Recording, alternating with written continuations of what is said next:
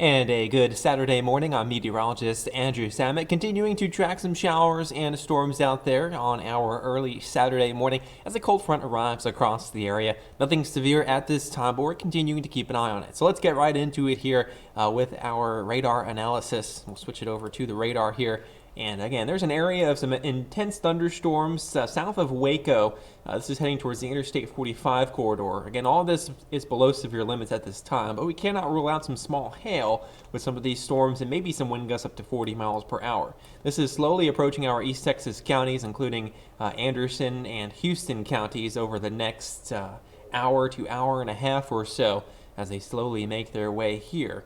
Again, it's unlikely that they get to severe limits, but something we're certainly keeping a close eye on. Those are the most intense storms out there across the state of Texas early this morning, and they are moving relatively slow as well. So they could bring a risk for some minor flash flooding in a few low-lying areas as the storms approach the Interstate 45 corridor. So that's something we'll be watching for as well. So I'm going to switch it over to the Dallas radar now, so we can see where the cold front is, and it's right approaching the Interstate 30 corridor at this time. Now, the storms along the cold front are a lot weaker.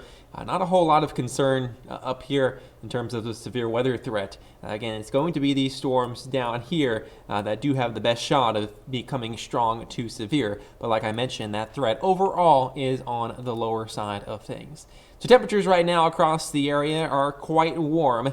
We are seeing them in the upper 60s to lower 70s. So some warm air in place and some humid air as well, especially into deep East Texas and closer as you get to I-45. The dew points increase, indicating that the moisture content is higher as you head towards the Interstate 45 corridor, which means the better instability there as well. And that's why those storms are stronger south of Waco at this time. So we'll continue to keep track on those storms. Here's a look at our Futurecast temperatures as the cold front moves on in. Again, we're in the 60s and 70s right now for the most part, but there comes the cold front. Here's 9 o'clock in the morning. Places north of Interstate 20 starting to drop into the 50s, still hanging on to the 70s if you're south of the cold front. And then by 3 o'clock in the afternoon, we are all cooling off behind that cold frontal passage with temperatures only in the upper 40s to lower 50s. And then by 7 o'clock at night on Saturday, today, our temperatures will be in the upper 30s to upper 40s out there, although some spots in deep East Texas still may be in the mid-50s. For the future radar here,